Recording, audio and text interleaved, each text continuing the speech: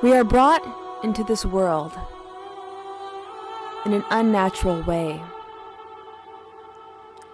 birthed in a white room by someone with plastic gloves covering their hands, sometimes with forceps,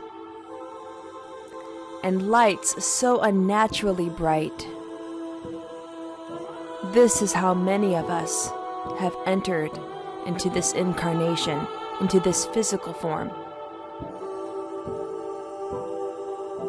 After being born, we're injected with chemicals. We have chemicals rubbed over our eyes.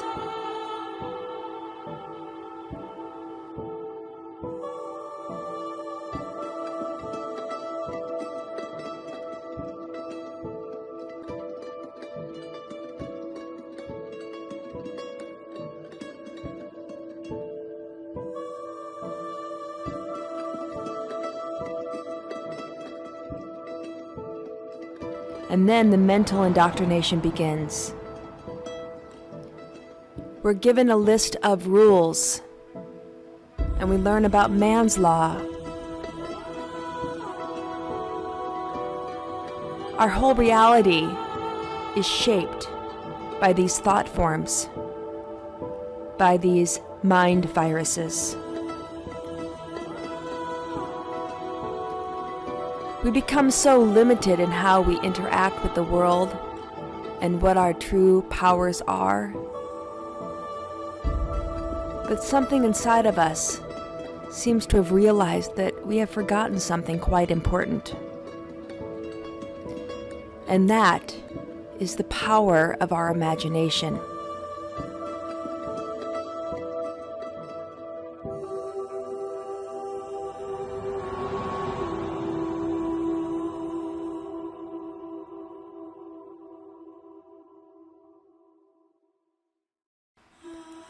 Through public indoctrination or modern education, our imagination has been stripped. It has been diminished. It has been pushed down and made to feel incredibly small. And with this lack of imagination comes a lack of our ability to create. We have the capacity to create our own reality.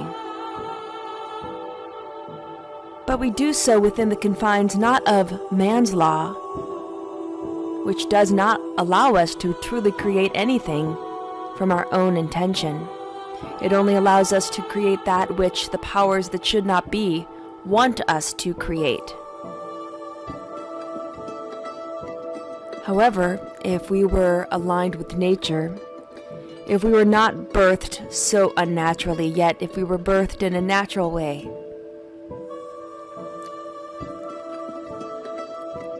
and we came into this world with loving hands, and we were not subdued with chemicals and injected with poisons, we would come to realize that when allowed to create within natural law, our imagination runs free. Our imagination can create any reality within the confines of natural law. And when we are aligned with the rules of nature, which is our guidebook to help us create our reality, our imagination can be used most powerfully to help us to create any type of world we want to live in. It can also help us create our own health. Our ability to heal is directly related to our ability to imagine, especially when we are aligned with the laws of nature. And what happens when we live according to nature's laws? Our body will never get sick.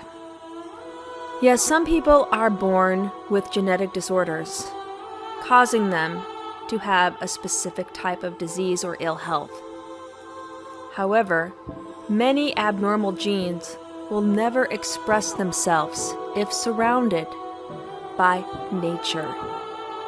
It is often abnormal chemicals and stressors that cause abnormal genes to express their disease. So what are the tenets of natural law and healing aligned with natural law? These rules of nature are quite simple. Again, looking to nature, we can find many of these answers already. First, we will look at the foods we are designed to eat.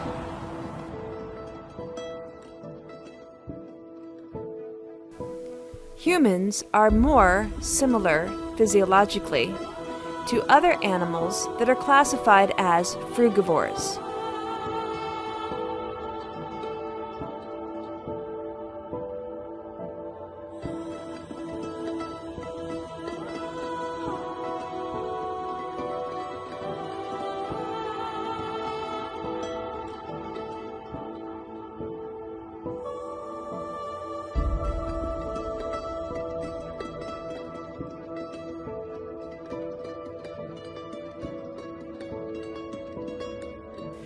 Frugivores eat a diet primarily of fruit and green leafy vegetables. The human anatomy and physiology are designed to help humans obtain their optimal nutrition to survive in this physical form. We have color vision to determine when a fruit is at its optimal ripeness so that we do not pick it too early, because the nutrition will not be as rich. We have opposable thumbs, and we can grab fruit from tall trees and peel the fruit.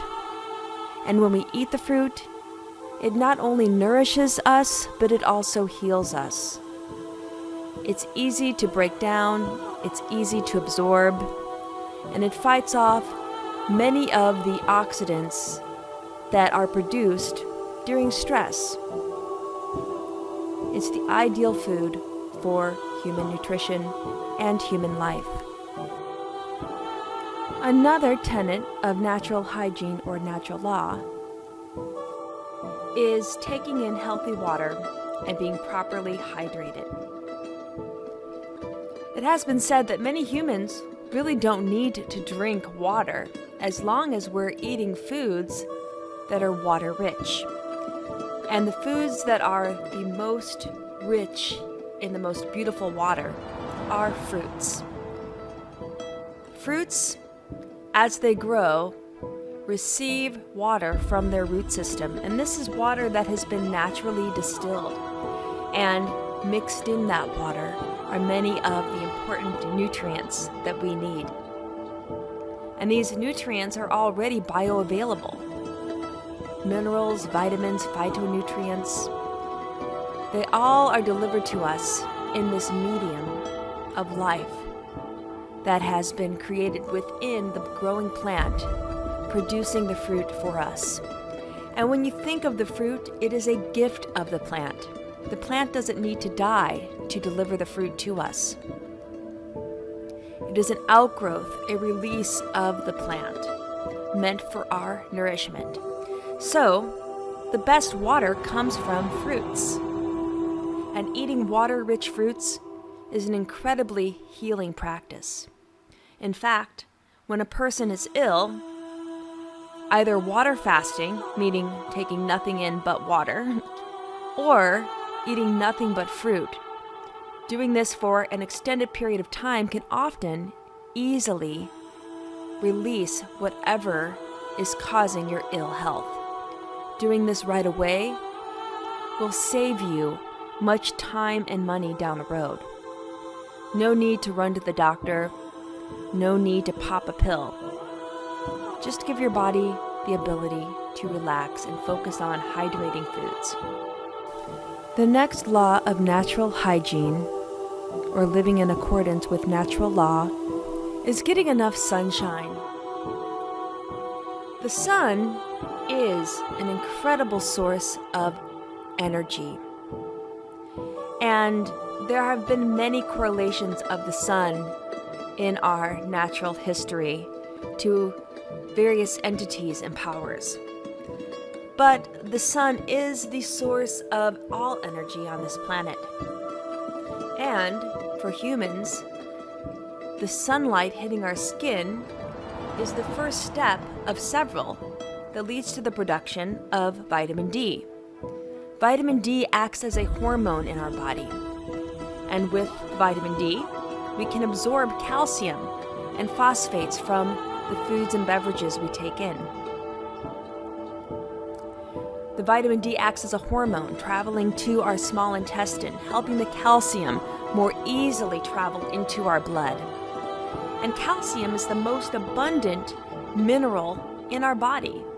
99% of the calcium is tied up in our bones, but we need calcium for so many physiological processes, like muscle contraction, and for our nervous system to release neurotransmitters. Calcium is also needed for proper blood clotting and to maintain tissue integrity. Sunshine is the key to getting this calcium into our bodily fluids. The next law of natural hygiene, or living in accordance with natural law, is restful sleep. Now, the exact number of hours that a human should sleep every night will vary. Not everyone is exactly the same here.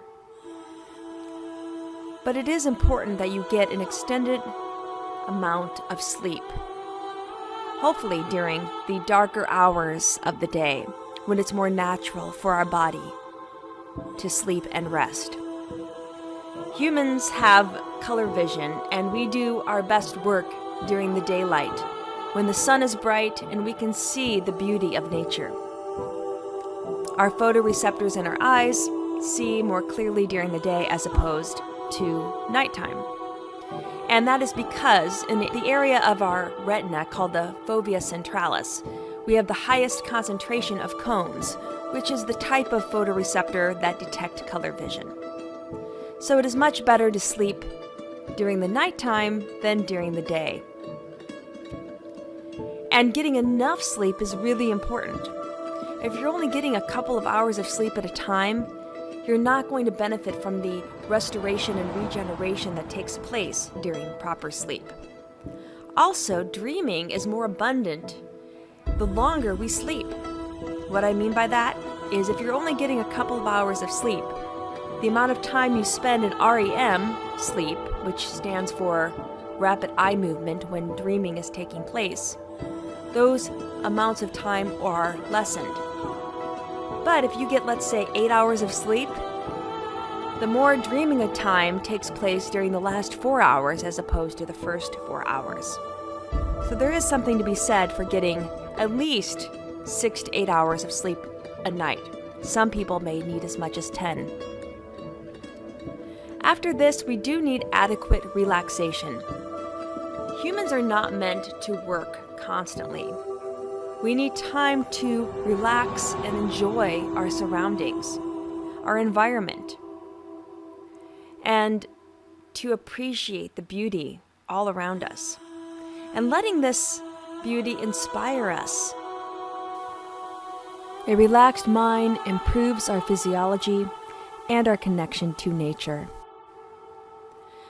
The next rule of natural hygiene, or living in accordance to natural law, is getting appropriate amounts of non-injurious physical activity.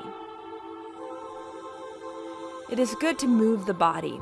Our bodies are meant to move and run and climb and hug and kiss. All of this is part of being human. And not participating in such activities is not fully expressing what it is to be human. The next rule of living in accordance with natural law, or natural hygiene, is living in a comfortable environment. Now, not all humans like the same type of environment. Some people prefer cooler climates, others more warm. But if you're living in an environment that your body is not comfortable in, you're less likely to go outside and enjoy the beauty of nature. So it is important to find an environment that is comfortable for you, allowing you again to go back and relax or move your body and enjoy what the nature has to offer. The next rule of living in accordance with natural law is avoiding toxins, stress, and misinformation. Now, the majority of the toxins that we are exposed to are coming from man-made chemicals especially. These toxins come into us via injections in the form of vaccinations, via medications, via things that we rub on our skin, and also from agricultural sources. Many of the toxic herbicides and insecticides and anything that ends in "-cide", which means to kill, they're not only killing the small life that might be in the plants or around the plants, but also it will negatively affect us as well. Stress has been touted as one of the leading causes of disease by modern medicine. Our bodies are meant to deal with stress, and we are constantly being exposed to a variety of stressors. A marker of health is being able to adapt to the stress appropriately. When we are chronically exposed to stress, sometimes our body cannot adapt, and disease is the result. So stress can be very dangerous because the longer we are out of homeostasis, meaning that we're out of a normal range of where our body works best, we start to see that our body becomes diminished and depleted. And long-term stress is very taxing on our physical form. We're not able to regenerate as easily, and we start seeing the loss of vital tissues within the body.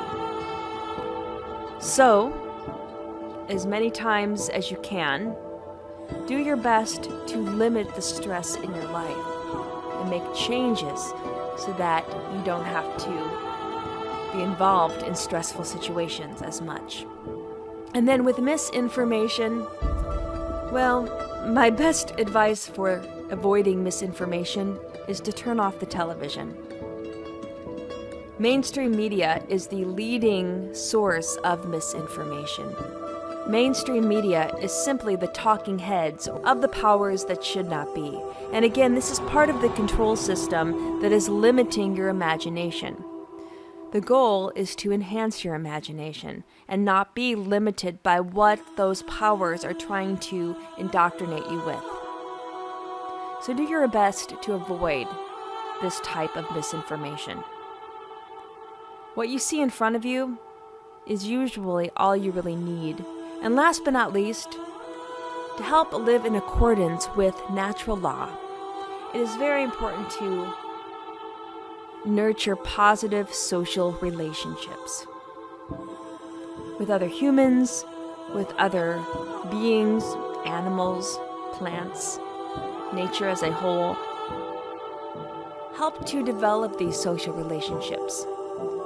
They not only allow you to connect and reflect back to yourself who you are, but connecting with other humans and even animals and nature does increase our longevity, it reduces anxiety, and allows us to develop empathy and have better emotional regulation.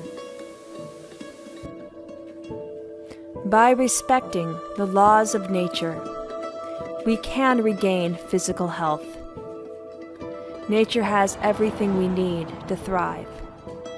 And once we have physical health, our imagination then can be unleashed so that we can become the creators of our reality.